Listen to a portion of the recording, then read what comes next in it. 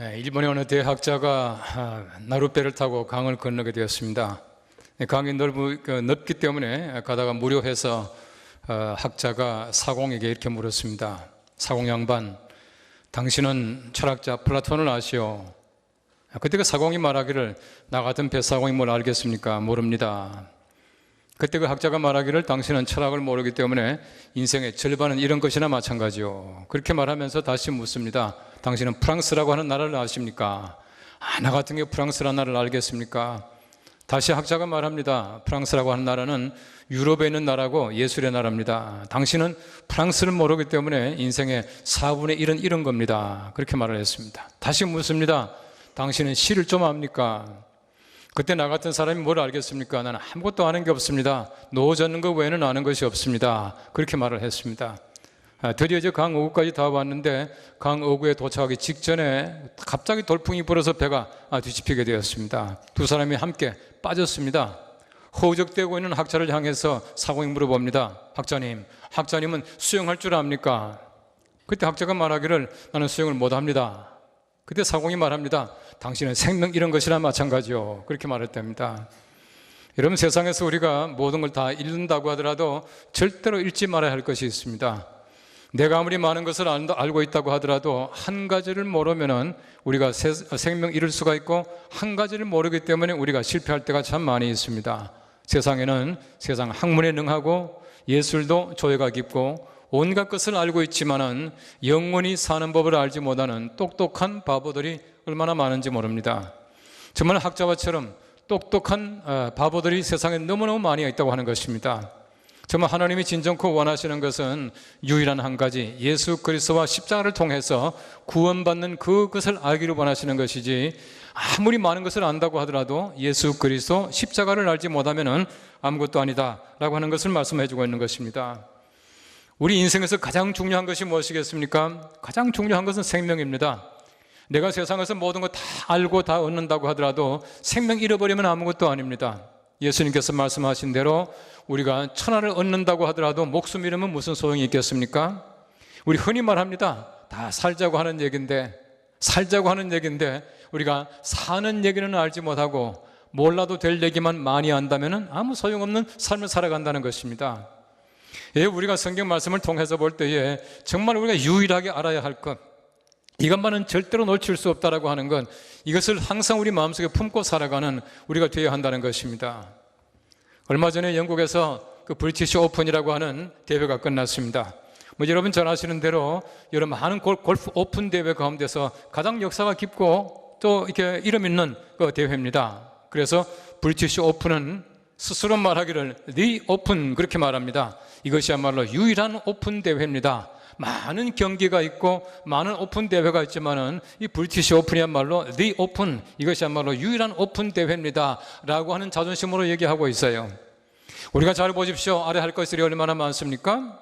우리 머릿속에 가지고 있는 여러 가지 많은 학문들, 우리 세상을 살아가는 여러 가지 많은 지혜가 필요합니다. 그러나 가장 중요한 것은 무엇이겠습니까? The life, 유일한 것은 바로 생명이라고 하는 것이에요. 내가 생명 얻는 법을 알지 못한다면 세상에서 아무리 많은 것을 알고 있다고 하더라도 그것은 바로 바보 같은 일입니다. 아무것도 모르는 것이나 마찬가지다라고 하는 것을 얘기해 주고 있는 것입니다. 종교라고 하는 것을 사전적인 의미를 찾아보니까 기가 막혀요. 이렇게 말하고 있습니다. 삶의 근본 목적을 찾는 문화체계, 모든 민족에게서 보이는 문화 현상. 우리가 예수 믿는 것이 문화활동입니까? 내가 신앙생활 그 자체가 문화활동입니까? 우리 교회가 문화체계입니까? 우린 바로 문화활동으로 예수 믿는 것이 아니에요. 어떤 분이 말합니다. 만일의 모든 종교가 종교라면 기독교는 종교가 아니라 생명이다. 만일의 모든 종교가 종교가 아니라면 기독교는 종교이다. 기독교는 종교가 아니라 생명이다라고 하는 것입니다. 우리가 문화활동이 아니라 문화체계가 아니라 우리 생명 얻기 위해서 신앙생활을 하고 있고, 생명 얻는 곳이 곧 기독교요 곧 교회라고 하는 사실을 우리 반드시 알아야 합니다. 하나님께서 원하시는 것은 생명 얻는 일입니다. 문화활동이 아니에요. 우린 바로 예수 그리스도를 통해서 생명 얻고 살아가는 것이지, 우리가 간단한 인생에서의 문화활동으로 예수 믿는 것이 아니다라고 하는 것을 분명히 알고 있습니다. 오늘 성경 말씀에는 바울이 고린도 교회에 이렇게 말하고 있습니다. 형제들아, 내가 너희에게 나아가 하나님의 증거를 전할 때, 무슨 말입니까? 고린도 교회에서 많은 말씀을 전할 때 이 말입니다. 여러분, 사도행전 18장 1절에서 17절까지 말씀해 보시면은 바울이 고린도에 가서 많은 말씀을 전한 흔적이 나와 있습니다. 바울이 스스로 말합니다. 내가 1년 6개월 동안 고린도에 가서 너희들에게 가서 있었다, 그렇게 말하고 있습니다. 여러분, 1년 6개월 동안 얼마나 많은 말을 했겠습니까? 얼마나 그들과 많은 교제의 삶을 살았겠습니까? 수많은 말을 전하고 1년 6개월 동안 내가 너희들에게 있었지만은 내가 너희들에게 꼭 전하고 싶은 것, 내가 아는 것은 예수 그리스도와 십자가 외에 다른 어떤 것도 아니다 라고 단호하게 말하고 있습니다. 바울의 단호한 마음이 우리의 마음이 되기를 바랍니다. 바울이 가지고 있던 유일한 가치가 우리의 가치가 되기를 바랍니다. 우리 신앙적인 핵심이 될 수 있기를 간절히 바랍니다. 우리가 아무리 많은 것을 알고 있다고 하더라도 예수 그리스도와 그의 십자가에 못 박히신 것, 이 사건을 알지 못하면 아무것도 아니에요. 바울이 그렇게 간절하게 원했던 것이 우리 마음의 소원이 되고 우리 믿음의 핵심 가치가 될 수 있기를 간절히 소망합니다. 오늘 성경 말씀 첫째는 말합니다. 알고 전하는 것은 말의 지혜이 아름다움이 아닙니다 라고 말하고 있습니다. 오늘 성경 말씀 2장 1절 말씀 보십시오. 형제들아, 내가 너희에게 나아가 하나님의 증거를 전할 때에 말과 지혜에 아름다운 것으로 아니하였으니, 무슨 말입니까? 내가 수많은 말을 전했지만은 그 말이 아니라 하나님의 말씀이었다는 것이에요.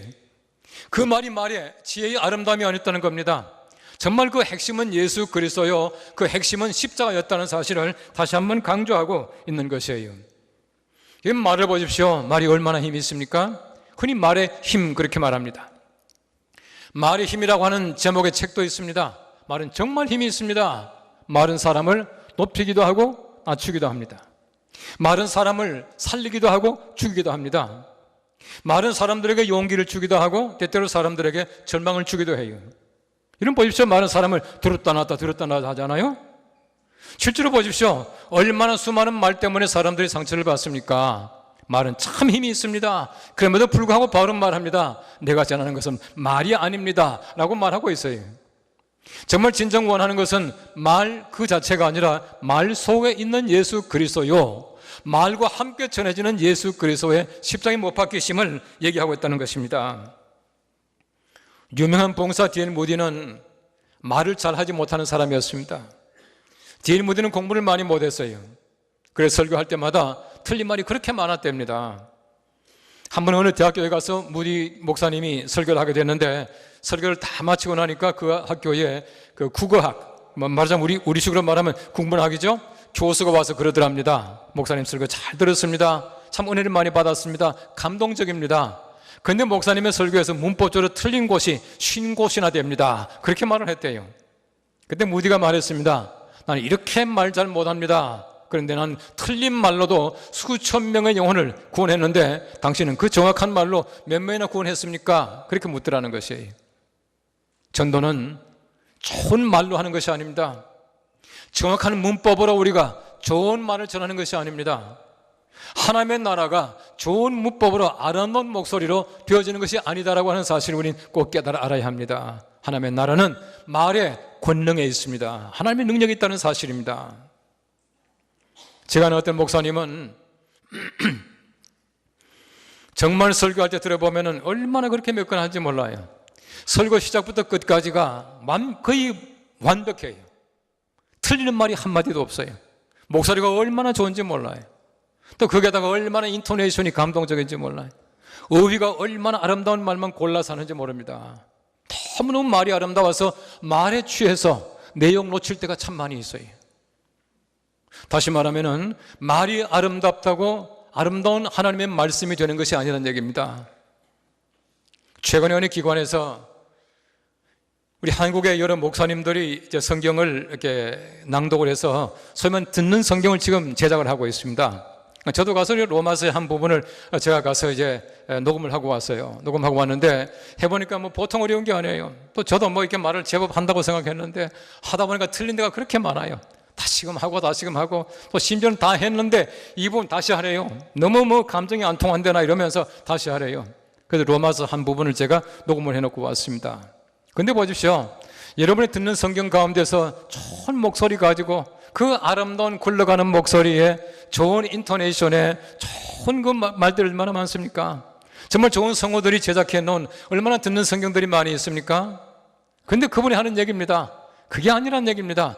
듣는 성경, 좋은 목소리 가지고 있는 성우들이 만든 것이 아니라 거친 목소리의 목사님들이 하신 그 듣는 성경이 훨씬 더 은혜스럽습니다 라고 하면서 지금 만들고 있는 것이에요. 다시 말하면 우리가 하나님의 나라는 바로 그렇습니다. 아름다운 말이나 아름다운 목소리나 아름다운 어휘에 있는 것이 아니다라고 하는 것입니다. 성경 말씀이 가르치는 것은 오로지 예수 그리스도와 십자가를 강하게 전할 때에, 마음속에 감동이 있을 때에 전해지는 것이지 아름다운 말이 아니다 라고 하는 것을 말하고 있습니다. 내가 아무리 시편 23편을 달달 잘 배우면 뭘 합니까? 아름다운 목소리로 내가 성경 암송하면 뭘 합니까? 그 속에 계시는 하나님을 알아야 해요.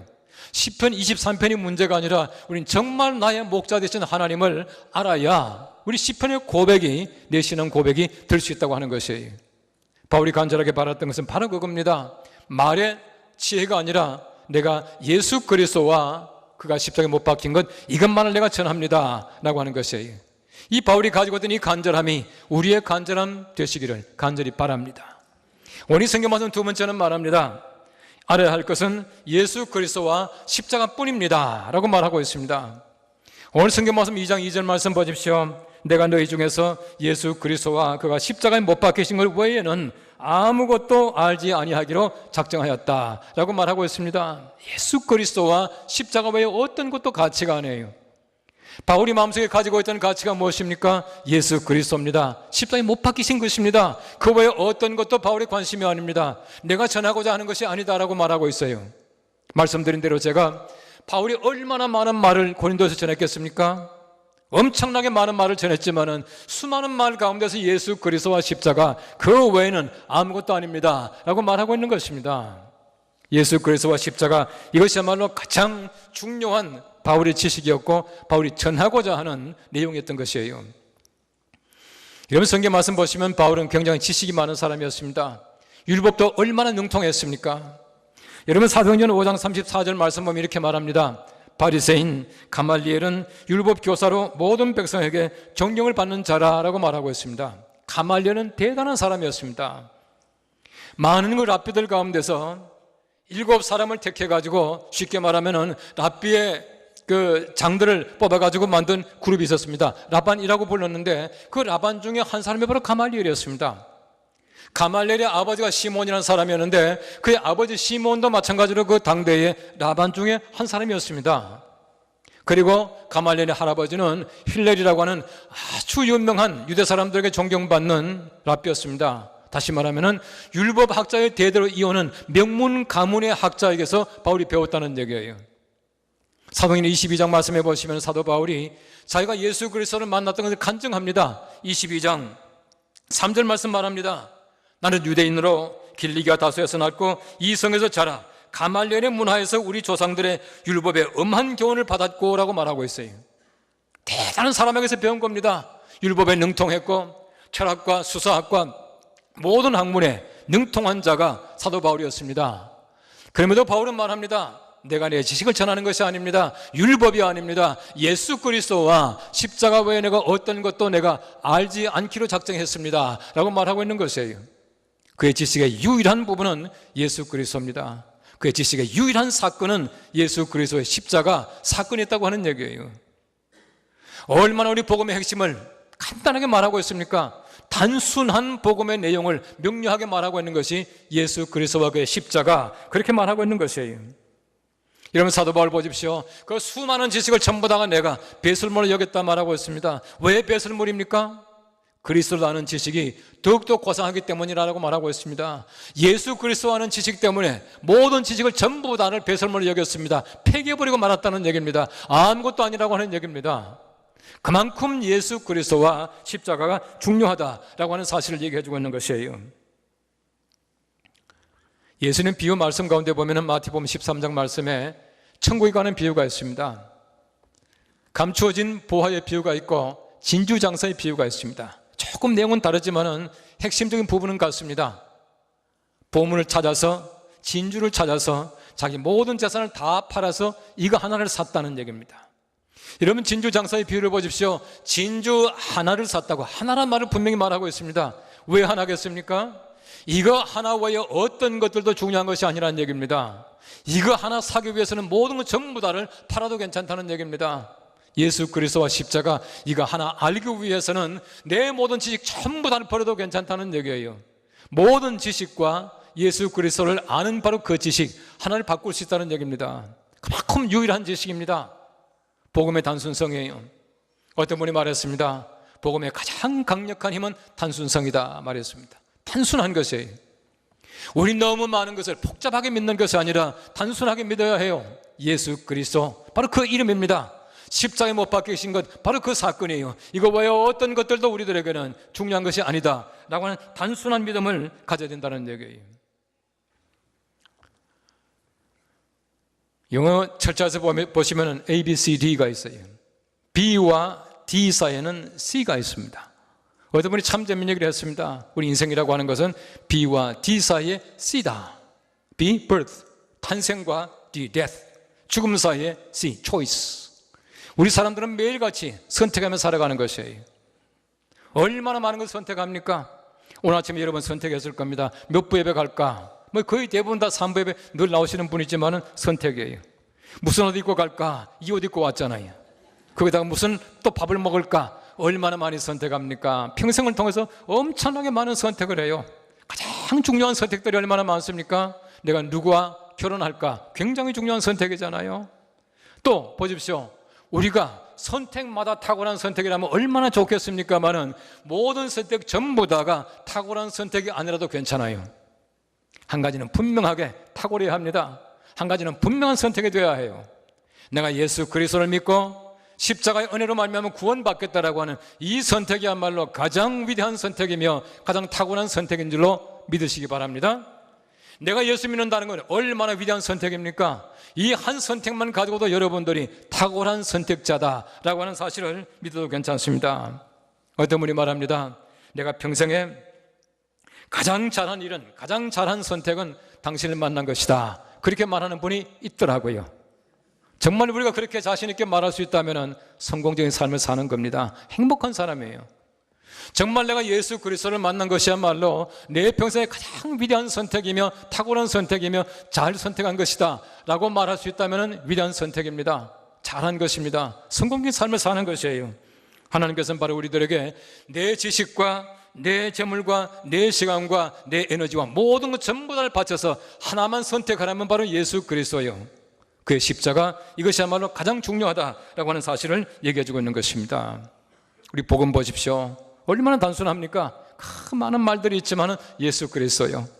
그 많은 얘기들이 있지만은 십자가예요. 얼마나 복음이 단순합니까? 이것만 가지고도 우리가 얼마나 넉넉하게 살 수 있고 이것만 가지면 구원받는데 얼마나 단순합니까? 이런 단순성이 복음의 핵심이라는 것이에요. 미국에 전설적인 야구 선수 가운데 칼 리펜 주니어라고 하는 선수가 있습니다. 이분은 21년 동안 그 프로 선수 생활을 했는데 21년 동안 내내 볼티모어 오리올스라고 하는 그 구단에만 있었습니다. 한 번도 방출되거나 이적한 적이 없어요.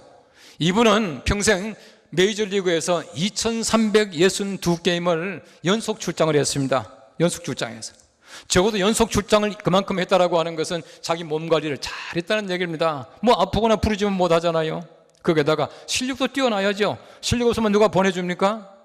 2362게임을 연속 출장했다라고 하는 선수예요.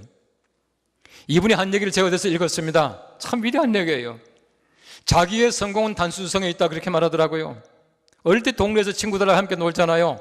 동네 친구들은 만능 스포츠맨이 되겠다고 농구하고 야구하고 축구도 하고 별걸 다 했다는 거예요. 자기는 평생 야구밖에 안 했답니다. 어릴 때도 자기는 오로지 야구였답니다. 그분이 하는 말입니다. 내가 아는 것은 야구밖에 없습니다 그러더라고요. 얼마나 위대한 얘기입니까? 야구밖에 모르는 사람이 위대한 야구 선수요. 우리가 마찬가지입니다. 수많은 것들이 있겠지만 우리에게 가장 중요한 것이 무엇이겠습니까? 많은 것을 알아야 합니다. 우리 삶의 죄가 얼마나 풍성하게 많이 필요합니까? 그런데 우리가 예수 그리스도와 십자가를 알지 못한다면 그 외에 어떤 것들도 참된 가치가 아니에요. 내가 아는 것은 예수밖에 없습니다. 이 말이 우리의 자랑거리가 될 수 있기를 간절히 바랍니다. 우리의 고백이 될 수 있기를 간절히 바랍니다.